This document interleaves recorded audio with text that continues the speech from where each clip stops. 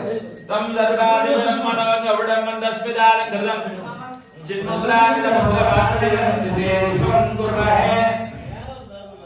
हर हर पार्वती वदने हर हर महादेव भक्त कोडिगले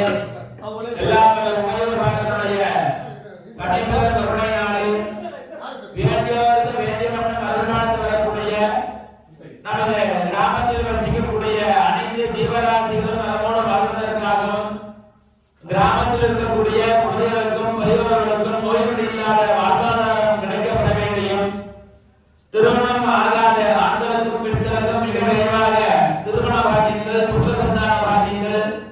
சுபகாரியங்கள் ஈடேறி நடக்க வேண்டும் என்பதற்காகவும் மற்றும் விவசாயம் பெருக வேண்டும் மும்மாரி மழை பொழிந்து விவசாயம் பெருக வேண்டும் ஜீவராசிகள் நலமோடு வாழ்வதற்காகவும் நமது கிராமத்திலே காளியம்மன் என்று சொல்லக்கூடிய வகையாக அம்மையுடைய அருட்சக்தியாகப்பட்டது மகாகுமாரதேவன் குறிப்பிட்ட நேரத்தில் நல்ல முறையில் திருவருளும் குருவருளும் கூட்டியுள்ளபடியால் மகாகுமாரதேவன் நடைபெற்றதை நடைபெற்று அதனை தொடர்ந்து மண்டல பூஜை என்று சொல்லக்கூடிய கும்பாபிஷேகம் தினத்தில் மறுநாள் முதல் கொண்டு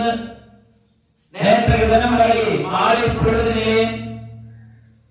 விநாயகர் பெருமான் பெருமாள் மற்றும் காளியம்மன் ஆகிய தெய்வங்களுக்கு அபிஷேக ஆராதனை மண்டல பூஜையாகப்பட்டது. ஒவ்வொரு தினமும் தெய்வங்களுடைய அனுகிரகத்தினாலே மிக சிறப்பாக நடைபெற்று இப்பொழுது மண்டலாபிஷேக பூர்த்தி தினமாக விநாயகர் வழிபாடு புண்ணியாக வாதனம் அதனை கொண்டு எல்லா தெய்வங்களுக்கும் தீர்த்த சப்ரோக்ஷம் செய்ய வைக்கப்பட்டு பால் இளநீர் பரிவார தெய்வங்களுக்கும் பிரதான தெய்வமாக விளங்கக்கூடிய காளியம்பிகைக்கு மாபடி மல்லபொடி ருல்லபொடி பஞ்சாமிர்தம் தேன் பால் தயிர் இளநீர் அபிஷேகம் செய்விக்கப்பட்டு அந்த புண்ணியாக ஜல தீர்த்தமாகப்பட்டது பூர்ணமாக அபிஷேகம் செய்விக்கப்பட்டு அலங்காரம் செய்விக்கப்பட்டு தூம தீப ஆராதனை பூஜைகளால் நடைபெற்று நிறைவாக விபதி குங்கும பிரசாதங்கள் நமக்கெல்லாம் வழங்க உள்ளார்கள்.